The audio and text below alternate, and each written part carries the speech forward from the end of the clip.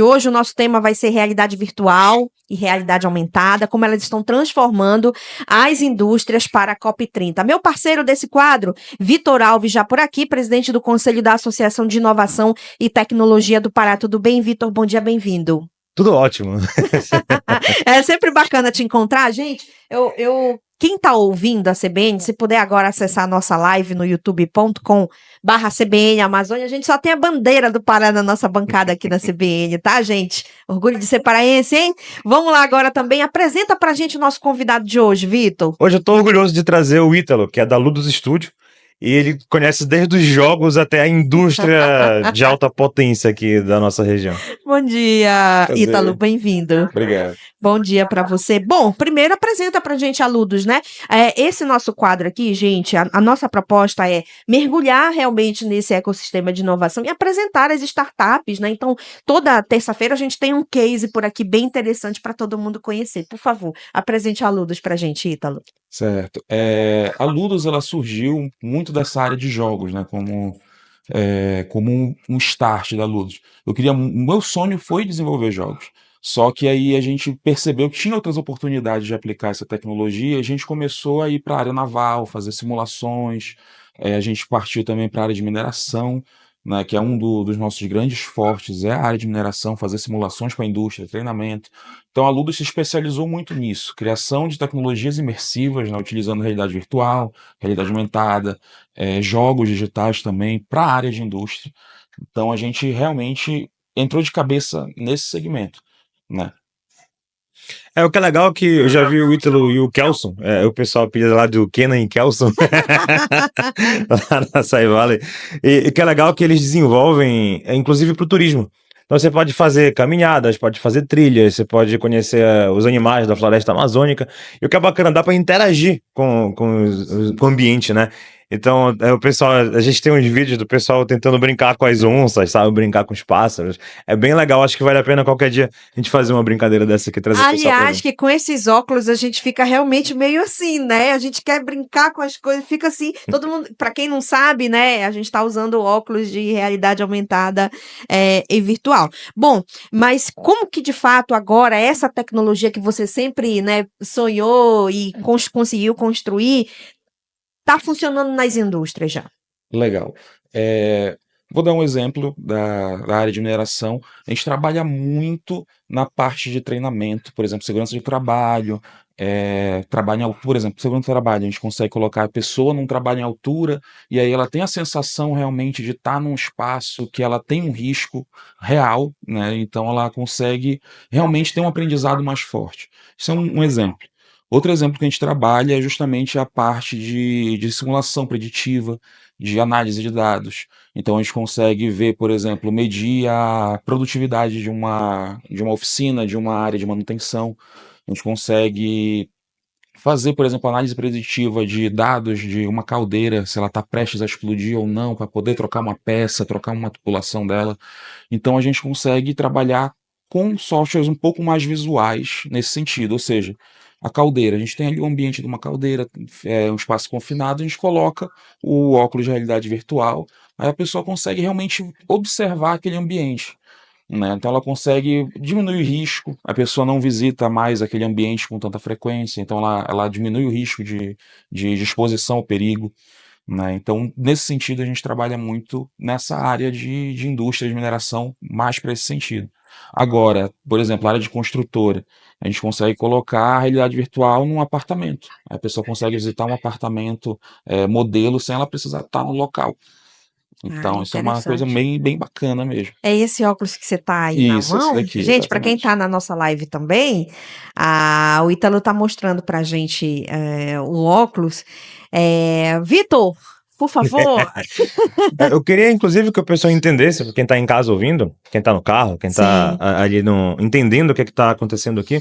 Imagina que você tem uma indústria. Sim. E a indústria normalmente é perigoso você manusear equipamentos muito grandes, coisas muito pesadas. A gente vê aí inúmeros casos, né, de acidente de trabalho.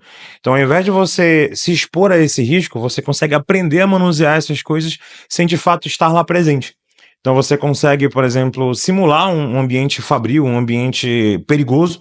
Além disso, eu já vi o Ítalo diminuir muito o custo de grandes empresas.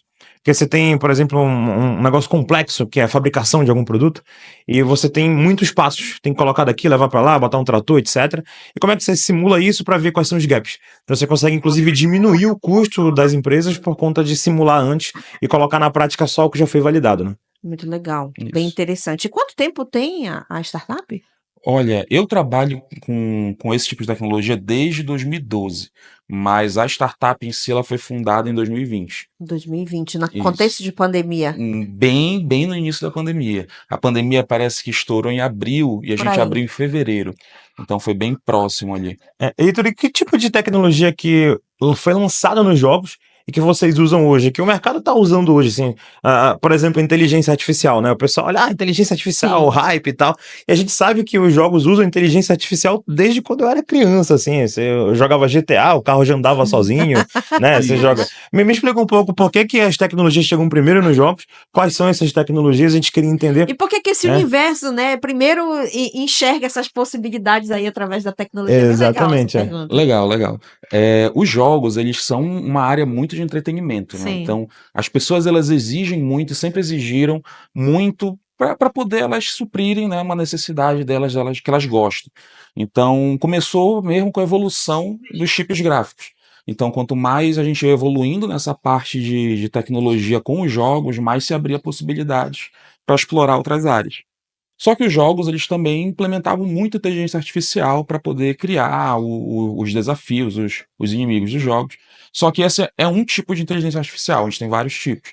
No caso, hoje em dia, o que mais se destaca é a IA generativa, né, que cria conteúdo. Nos jogos era mais uma reativa, ela reagia aos inputs do usuário e aprendia contigo e tudo para poder ela se aprimorar e ter um desafio. Então são IAs diferentes, mas IA sempre existiu, inteligência artificial sempre existiu. Então os jogos eles foram evoluindo essa parte, eles foram exigindo cada vez mais, eles evoluíram a parte de IA, processadores mais gráficos melhores. Então placas de vídeo, né, elas tiveram hype por causa dos jogos. E justamente essas placas de vídeos que permitiram que a gente evoluísse essas tecnologias. Alguém deve ter visto aí o crescimento da Nvidia, que é uma das maiores Isso. empresas do mundo agora. Porque a Java é uma empresa que começou com jogos, é uma das maiores do mundo agora. Justamente porque ela fabricava esses chips gráficos. Os chips gráficos são muito mais potentes para algum tipo de processamento do que o chip normal.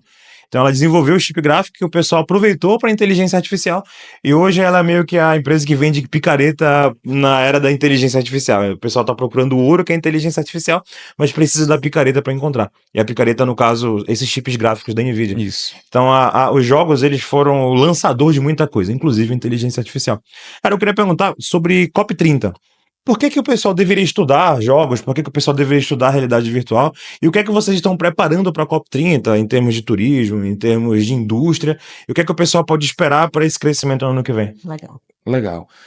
Eu sou muito fã de que a experiência, né, a pessoa ela tem uma experiência muito forte. Isso é muito importante, tanto pessoalmente como culturalmente. Então, a gente trabalhando essa parte de jogos digitais, a parte de cultura, de experiências imersivas, isso faz com que a pessoa ela tenha uma conexão muito mais forte. Faz com que ela aprenda muito mais, ela se conecte muito mais com o assunto. E COP30 é justamente isso, é conscientização, é cultura, é a pessoa ter essa noção, né, essa empatia com o meio ambiente, com as pessoas como um todo. Então essa experiência vem justamente para a gente poder transformar de fato a mentalidade das pessoas. Então, eu acredito, isso em países desenvolvidos, lá fora, tudo mais, eles já aplicam muito essa parte de inteligência artificial, de realidade virtual, aumentada. Eles usam isso muito para poder promover a cultura daquele ambiente. Então, se a gente conseguir aproveitar esse momento de COP e conseguir transmitir essa cultura utilizando essas tecnologias, é um momento muito oportuno, é um momento muito ideal para isso. Você sabe, Ítalo, Vitor e ouvintes da CBN e quem nos acompanha no YouTube também, agora na COP29, lá em Baku, o Ministério do Turismo, ele proporcionou uma iniciativa de que os visitantes pudessem dar uma paradinha ali no estande do Ministério do Turismo e com óculos de realidade virtual, né, pudessem conhecer um pouquinho a Amazônia, fazer um passeio na sede da próxima COP, que é Belém, Ah, né? legal. E foi muito bacana porque as imagens mostravam o Kombu, mostravam Belém, as manifestações culturais, né? Enfim, tudo aquilo que nos cerca aqui, que é atrativo para o mundo inteiro também. E é muito interessante isso porque enfim, a COP, participam da COP, né, pessoas, ativistas, a sociedade civil do mundo inteiro, né, gente, representantes do mundo inteiro. E eles puderam ter uma pequena experiência, né, sobre como é que vai ser a próxima COP, que cidade é essa que vai receber a COP 30, no caso, Belém do Pará. E isso é muito bacana, e eu vejo isso já, assim, já acontece nas escolas, mas ainda não naquele volume que a gente gostaria, mas eu vejo muito isso no ensino também, e a gente quer muito que isso chegue no ensino público também, para que a tecnologia possa ser essa grande aliada no conhecimento, porque a forma como nós aprendemos lá atrás já vai ser aperfeiçoada, já vem sendo aperfeiçoada aí por outras gerações, e a tecnologia, ela é isso, né? Eu acho que daqui a pouquinho a próxima geração aí, as crianças, os adolescentes já vão estar aprendendo de uma forma completamente diferente da gente. Eles já estão, Você percebe hoje que você tem um tradutor em tempo real. Sim. O Ítalo mesmo já desenvolve algumas coisas de você poder fazer uma imersão em outros lugares. Essa da Copa é uma que dá para fazer. Sim. Sim. Então, eu acredito que hoje o ambiente é muito mais rico para quem quer aprender, né? Você Claro. pode sair do seu ambiente, se desconectar totalmente dos problemas e focar naquilo que você quer aprender muito mais rápido. É bem Com certeza. interessante. Não, com certeza. A gente tem, como falei, a gente já trabalha com treinamento, mas a gente tem algumas iniciativas também na área de educação fundamental, básica. Então, é muito interessante como essa tecnologia ela consegue realmente. Porque a parte lúdica, a pessoa aprende se divertindo. Né? Ela aprende se divertindo. Essa que é a grande sacada dessa tecnologia. É, bacana. Ítalo, tem mais alguma coisa que a gente vai ver no futuro funcionando no mundo real, sem ser nos jogos, mas que nos jogos já existem hoje? Olha, eu vejo muitas iniciativas para trazer muito mais outros sentidos, né? A gente tem já o tato, tem o visual, Sim. mas tato, na verdade, não. A gente está iniciando com luvas especiais para a gente poder sentir o toque dos objetos do ambiente virtual. Tem coletes, por exemplo, para jogos em que você consegue sentir o impacto de alguma coisa. Então, você sente o impacto, por exemplo, no peito, na barriga, então você sente algumas coisas desse tipo. Mas ainda é um estudo bem preliminar. Mas a ideia é realmente que a gente consiga trazer mais sentidos sensoriais para a parte de games. O toque, o sabor, o cheiro. Então, quanto mais desses sentidos entrarem, mais imersivo vai ser a experiência. Já pensou isso pra Copa, né? O cara sentiu o cheirinho do tacacá. Sim, sim. Sentiu Vai ser ótimo. o sabor do tambaqui, né? Pô, eu já quero Ainda isso. mais no tacacá, né? Que tá falado aí no mundo todo. Muito Não, bacana. Belém. Onde é que investe, né? Cadê? E Belém é a capital da culinária, né? Sim. Então, Exatamente. Pô, legal. Já sei que é um negócio que vai vir pro futuro. Com E começa certeza. nos jogos, a gente vai poder sentir depois. Muito bacana. Ai, adorei o papo. Gente, Ítalo, quem quiser conhecer mais da Ludus, onde é que encontra? A rede social, bora lá divulgar. certo. É ludostudio.com, com um S só, né? Ludo Studio.